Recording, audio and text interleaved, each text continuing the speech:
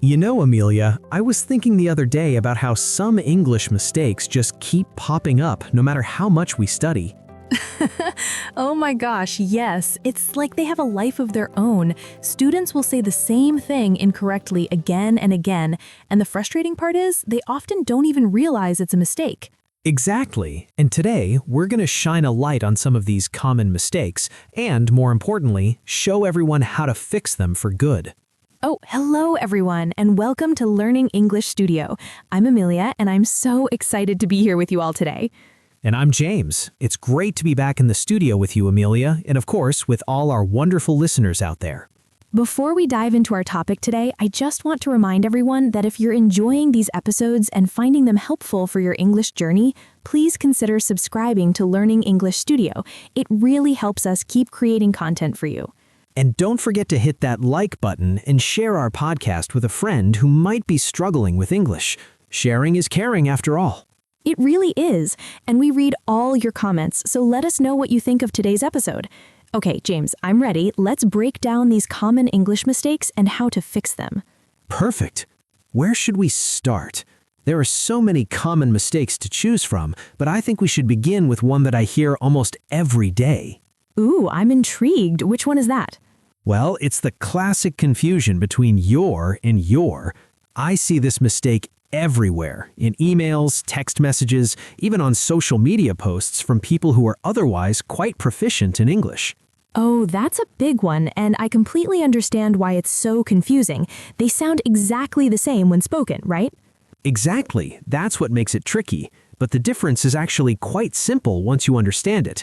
Your is possessive. It shows that something belongs to someone, like your book or your house. Right, and your is a contraction of you are, so you're reading a book or you're going home. Precisely, and here's a little trick I share with my students. Whenever you're about to write your, try expanding it to you are in your mind. If the sentence still makes sense, then your is correct. If not, you probably need your. That's such a practical tip. Let me try it with an example. If I want to say, you're my best friend, I can test it by saying, you are my best friend, which makes perfect sense. So your is correct. Exactly. And if I want to say, I like your new haircut, expanding it to, I like your new haircut doesn't make sense at all. So I know I need your in that case. That's brilliant. I think that little test will really help our listeners remember the difference. What's another common mistake you often hear? Let me think. Oh, the there, and there confusion is another big one. And again, it's because they all sound the same when spoken. Oh, that's a classic, and I can see why it's so confusing. 3 different spellings for 3 different meanings, but all pronounced identically. Right, so there refers to a place, like over there. There is possessive, like their car, and there is a contraction of they are. That's a great explanation, and I think the same trick you mentioned for your and your would work for there too. Just expand it to they are and see if the sentence still makes sense. Absolutely. And for there and there, I suggest thinking about the context. Are you talking about a place or about possession? That usually clears it up. That's such helpful advice. You know, it's interesting how many of these common mistakes in English involve words that sound the same but have different spellings and meanings. Oh, definitely. English is full of these homophones. Another common one is its versus its. This one trips up even advanced learners sometimes. Oh, that's a good one. And it's especially tricky because we usually use an apostrophe to show possession, but in this case, its is the possessive form without an apostrophe. Exactly. So its shows that something belongs to it, like the dog wagged its tail, and its is a contraction of it is or it has, like it's a beautiful day or it's been raining. That's a great explanation. And again, the same trick works. If you can replace its with it is or it has, and the sentence still makes sense, then you need the apostrophe. Precisely. And here's a little memory trick. His, her, and its are all possessive pronouns that don't use apostrophes. If you can remember that his and her don't have apostrophes, it might help you remember that its doesn't either. That's a clever way to remember it. I love these little memory tricks. They make learning grammar so much easier and more fun. And speaking of fun, let's move on to a different type of common mistake, one that involves verb tenses. I'm thinking specifically about the present perfect tense. Oh, the present perfect. That's such a challenging area for so many English learners. I know I struggled with it when I was learning. I think everyone does. The concept of using have plus the past participle to talk about actions that finished in the past but have a connection to the present is quite abstract. It doesn't exist in the same way in many other languages. That's so true, and I think the confusion often comes from knowing when to use the present perfect versus when to use the simple past. Exactly. So here's a simple rule of thumb. Use the simple past for actions that finished at a specific time in the past. For example, I visited Paris last year. The action is finished and we know when it happened. Right, and the present perfect is for actions that happened in the past at an unspecified time but have a result or connection to the present, like I have visited Paris, meaning I have the experience of visiting Paris and it's part of my life experience now. Perfect example. And another use of the present perfect is for actions that started in the past and continue to the present, like I have lived here for 5 years, meaning I started living here 5 years ago and I still live here now. That's such a clear explanation, and I think what makes it even more confusing is that American and British English sometimes use these tenses differently, right? Oh, absolutely. For example, Americans often use the simple past in situations where British English would use the present perfect. An American might say, I already ate, while a British person would more likely say, I've already eaten. That's so interesting, and I think it just goes to show that there isn't always one correct answer in English. It often depends on context and dialect. Exactly, and that's something I want to emphasize to our listeners. Don't get too caught up in finding the one perfect way to say something. English is a living language with many variations, and that's what makes it rich and interesting. That's such a great point, and I think it takes some pressure off learners to know that there isn't always a single right answer. What's another common mistake you often hear? Let me think. Oh, the double negative, that's a classic one that I hear all the time, and I can understand why it happens. In many languages, using multiple negatives actually reinforces the negation.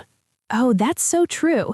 In Spanish, for example, you might say no vi a nadie, which literally means I didn't see anybody, but in English, that would be incorrect. Exactly. In English, two negatives make a positive, which is confusing. So, I don't have nothing actually means I have something, which is probably not what the speaker intended. That's such a great explanation, and the correct way would be I don't have anything or I have nothing, but not both together. Precisely. And here's a simple tip. If you've already used a negative word like not, never, no, nothing, or nobody, avoid using another one in the same clause. That's such clear and practical advice, and I think it's one of those rules that once you know it seems quite simple, but it can be really hard to unlearn the habit if your first language uses double negatives. Oh, definitely. And that's true for so many aspects of language learning. We're often fighting against habits from our first language, but with awareness and practice, it's definitely possible to overcome these habits. That's so encouraging to hear, and I think it's important for our listeners to know that making these mistakes is a normal part of the learning process. The key is to recognize them and work on correcting them over time. Absolutely. And speaking of common mistakes, let's talk about prepositions. Oh my goodness, prepositions are such a challenge for English learners. Oh, don't even get me started on prepositions. They're so inconsistent, and there are so many exceptions to the rules. In, on, at, by, for, with. It can be so confusing. It really can. And I think what makes them particularly tricky is that they often don't translate directly from other languages. The preposition you'd use in your native language might not be the same one you'd use in English. That's so true, and sometimes to make matters worse, different prepositions can be used with similar meanings, like in the morning but at night. Why not in the night? It doesn't make logical sense. You're right, it doesn't always follow logical rules, and that's because prepositions in English, like in many languages, are often idiomatic. They're based on usage rather than strict rules. So, what's your advice for learners who are struggling with prepositions? Is there any hope for us? Of course there's hope. My advice is to learn prepositions in context rather than as isolated words. Instead of memorizing lists of prepositions and their meanings, learn them as part of phrases or expressions. That's such a great approach. So instead of trying to remember all the uses of in, I'd learn phrases like in the morning, in the end, in love, in time, and so on. Exactly. And I'd also recommend paying attention to how native speakers use prepositions when you're reading or listening to English.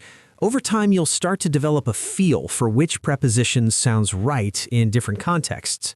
That's such helpful advice, and I think it really highlights the importance of exposure to authentic English, not just studying grammar rules, but immersing yourself in the language as it's actually used. Absolutely. And that brings up another common mistake I often hear: overusing certain words or expressions. For example, many learners overuse very as an intensifier. Oh, that's a good one. I hear that all the time. Very good, very beautiful, very tired, very happy. There are so many more interesting and precise ways to express these ideas. Exactly. And using more varied vocabulary makes your English sound much more natural and sophisticated. Instead of very tired, you could say exhausted. Instead of very happy, you could say delighted or thrilled. Those are great examples, and I think what makes this mistake so common is that very is one of the first intensifiers learners learn, so it becomes a habit. That's so true. And here's a fun exercise I recommend. Make a list of common very plus adjective phrases you use, and then find alternative words or expressions. For example, very big could be huge, enormous, massive, or gigantic. That's such a great exercise, and it's a fun way to expand your vocabulary. I think our listeners would really enjoy that challenge. And another common mistake I often hear is related to articles. A, an, and the. These little words cause so much confusion for English learners. Ugh, don't even get me started on articles. They're so tricky because many languages don't use them in the same way or don't use them at all. And the rules for when to use of versus an versus the can be so confusing. They really can. And I think what makes them particularly challenging is that there are so many exceptions to the rules. But let's start with the basics. A and an are indefinite articles used when we're talking about something in general or for the first time. Right, and the is the definite article, used when we're talking about something specific or that has already been mentioned. For example, I saw a dog. The dog was brown. Perfect example. And the difference between a and an is actually quite simple. A is used before words that start with a consonant sound, and an is used before words that start with a vowel sound. That's such an important point. It's about the sound, not the spelling. So we'd say an hour, even though hour starts with H because the H is silent and the word starts with a vowel sound. Exactly. And we'd say a university, even though university starts with U, which is a vowel, because the U makes a Y sound at the beginning, which is a consonant sound.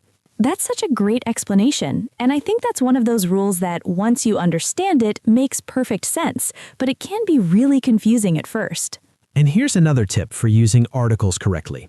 Think about whether the noun is countable or uncountable. We use a and an with singular countable nouns, but not with uncountable nouns like water, information, or advice. That's such an important distinction, and I think it's one of those things that native speakers do naturally without thinking, but it can be really hard for learners to master. And that brings up another common mistake I often hear is related to subject-verb agreement. This is especially tricky when the subject is far from the verb or when the subject seems plural but is actually singular or vice versa. Oh, that's a good one. I see this all the time, especially with sentences like, the list of items is on the table, where people might mistakenly say the list of items are on the table because items is plural. Exactly. And in that sentence, the subject is list, which is singular, so the verb needs to be singular too. Is instead of are. The phrase of items is a prepositional phrase that modifies list, but it's not the subject. That's such a clear explanation, and I think what makes this mistake so common is that our brains naturally want to make the verb agree with the nearest noun, which in this case is items. That's so true. And here's a tip I always share with my students. Identify the subject of the sentence first. Ignore any phrases that come between the subject and the verb, and then make sure the verb agrees with the subject. That's such practical advice, and I think it really helps simplify what can seem like a really complicated grammar rule. And you know, another common mistake I often hear is related to comparatives and superlatives. Many learners struggle with when to use more and most and when to use and est. Oh, that's a good one. And I can see why it's confusing because sometimes we say bigger and biggest, but other times we say more beautiful and most beautiful. How do you know which one to use? That's the tricky part. As a general rule, we use and est with short adjectives, usually one syllable, and more and most with longer adjectives, usually 3 or more syllables. Right, and with 2-syllable adjectives, it can go either way, which makes it even more confusing, like happier or more happy, quietest or most quiet. Exactly. And with 2-syllable adjectives ending in y, we usually use and est and change the y to I, like happier and happiest. But with other 2-syllable adjectives, it can vary. That's such a great explanation, and I think what makes this particularly challenging is that there are so many exceptions to the rule. For example, good becomes better and best, not gooder and goodest. Oh, absolutely. And bad becomes worse and worst, far becomes farther or further, and farthest or furthest. These irregular forms just have to be memorized. That's so true, and I think it really highlights the importance of exposure to authentic English, not just studying grammar rules, but immersing yourself in the language as it's actually used. Absolutely. And you know, that brings up another common mistake I often hear, related to phrasal verbs. These are so challenging for English learners because they often don't make logical sense. Oh, phrasal verbs. Don't even get me started on phrasal verbs. They're such a nightmare for learners because they're so idiomatic. The meaning of the phrasal verb often has nothing to do with the meanings of the individual words. That's so true. For example, if you look up a word in the dictionary, you're not physically looking up at the ceiling. If you break down and cry, you're not physically breaking anything. If you run into someone, you're not literally colliding with them. Those are such great examples, and I think what makes phrasal verbs particularly challenging is that there are so many of them, and many have multiple meanings depending on the context. And you know, another common mistake I often hear is related to word order, especially in questions. Many learners struggle with forming questions correctly in English. Oh, that's a good one, and I can see why it's confusing because in English statements, the subject usually comes before the verb, but in questions, it often comes after an auxiliary verb. Exactly. So instead of you are happy, we say, are you happy? Instead of she can swim, we say, can she swim? This inversion of subject and auxiliary verb can be really tricky for learners. That's such a clear explanation, and I think what makes it even more confusing is that we don't always use this inversion. For example, if we're asking about the subject, we don't invert who came to the party, not who did come to the party. That's so true. And here's a tip I always share with my students. If you're forming a yes-no question, start with an auxiliary verb like do, have, or be, or a modal verb like can, will, or should, then add the subject, then the main verb. That's such clear and practical advice, and I think it really helps simplify what can seem like a really complicated grammar rule. And for informational questions, questions that start with who, what, where, when, why, or how, you add the question word at the beginning, followed by the auxiliary verb, then the subject, then the main verb. That's such a great formula, and I think it really helps learners remember the correct word order for questions in English. And you know, another common mistake I often hear is related to countable and uncountable nouns.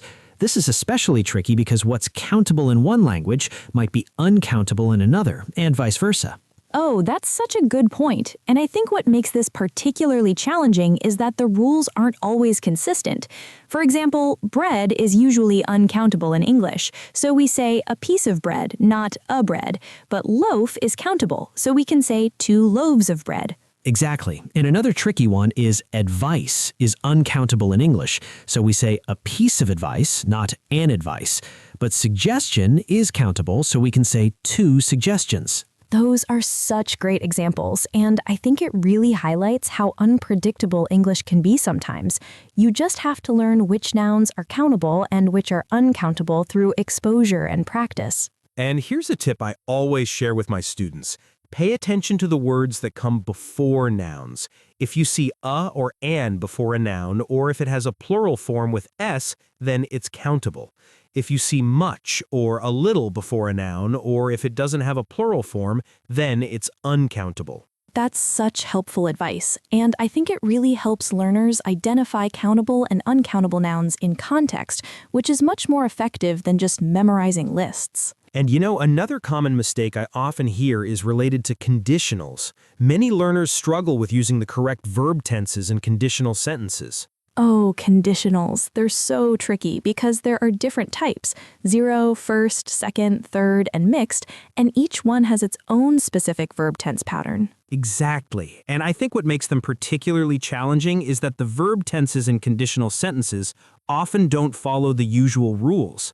For example, in second conditional sentences, we use the simple past tense to talk about hypothetical or unlikely situations in the present or future. That's so true. So we'd say, if I had $1 million, I would travel the world, not if I have $1 million, I will travel the world, even though we're talking about a future possibility. And in third conditional sentences, we use the past perfect tense to talk about hypothetical situations in the past that didn't happen.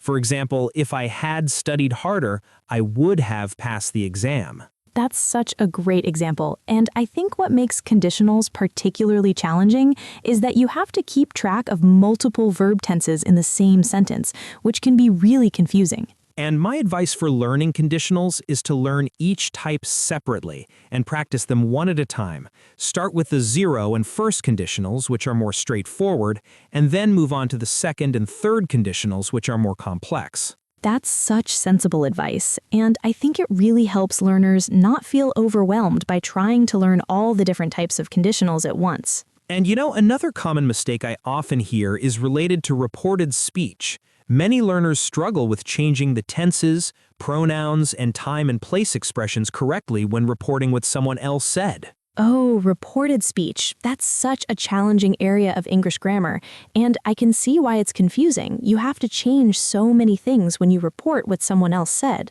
Exactly. So if someone says, "I am busy today," when you report it, you might need to change it to, "She said she was busy that day."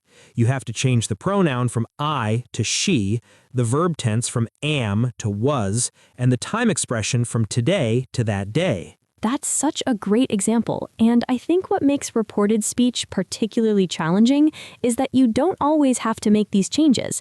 If what was said is still true or relevant at the time of reporting, you might not need to change the tense. That's so true. For example, if someone says, "I like chocolate," and they still like chocolate at the time you're reporting it, you could say, "She said she likes chocolate," instead of "She said she liked chocolate." That's such an important point, and I think it really highlights how context is so important in English. There aren't always hard and fast rules that apply in every situation. And my advice for learning reported speech is to start with the basic rules for tense changes, and then pay attention to how native speakers use reported speech in real conversations. Over time, you'll develop a feel for when to make the changes and when not to. That's such great advice, and I think it really emphasizes the importance of exposure to authentic English. You can't just rely on rules, you also need to develop a feel for the language through lots of reading and listening. And we've covered so many common mistakes today, but there's one more I want to mention before we wrap up: the confusion between less and fewer. Oh, that's a good one, and I can see why it's confusing. Both words are used to indicate a smaller amount of something, but they're used in different contexts. Exactly. And the rule is actually quite simple. Fewer is used with countable nouns, things you can count, and less is used with uncountable nouns, things you can't count. That's such a clear explanation. So we'd say fewer books because books are countable, but less water because water is uncountable. Precisely. And here's a tip I always share with my students. If you can make the noun plural, use fewer. If you can't, use less. So fewer mistakes because you can say mistakes, but less information because you can't say informations. That's such a great tip, and I think it really helps learners remember when to use fewer and when to use less. And it's interesting because even native speakers sometimes get this wrong, especially in casual speech. You'll often hear people say less people instead of fewer people, even though people is countable. That's so true, and I think it just goes to show that language is always evolving, and what's considered correct can change over time. Absolutely. And I think that's an important point for our listeners. Don't get too hung up on achieving perfect grammar.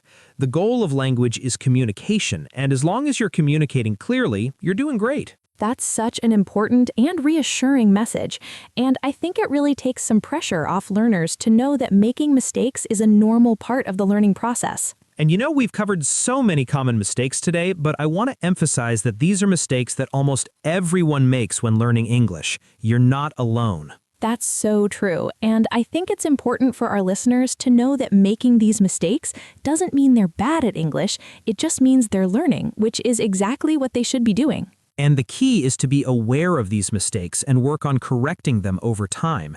It's not about eliminating all mistakes overnight, but about gradual improvement. That's such a great perspective, and I think it really helps learners approach their English studies with patience and self-compassion. And another thing I want to emphasize is the importance of practice. You can learn all the grammar rules in the world, but if you don't practice using English, you won't improve. That's so true, and I think it really highlights the importance of finding opportunities to use English in your daily life, whether it's through speaking with native speakers, writing in a journal, or even just thinking in English. And we've covered so many common mistakes today, but I don't want our listeners to feel overwhelmed. The key is to focus on one or two areas at a time rather than trying to fix everything at once. That's such sensible advice, and I think it really helps learners not feel discouraged by all the things they need to work on. And my final piece of advice is to have fun with English. Learning a language should be enjoyable, not a chore. Find materials you're interested in, whether it's books, movies, podcasts, or YouTube videos, and use them to improve your English. That's such perfect advice to end on, and I think it really captures the joy of language learning.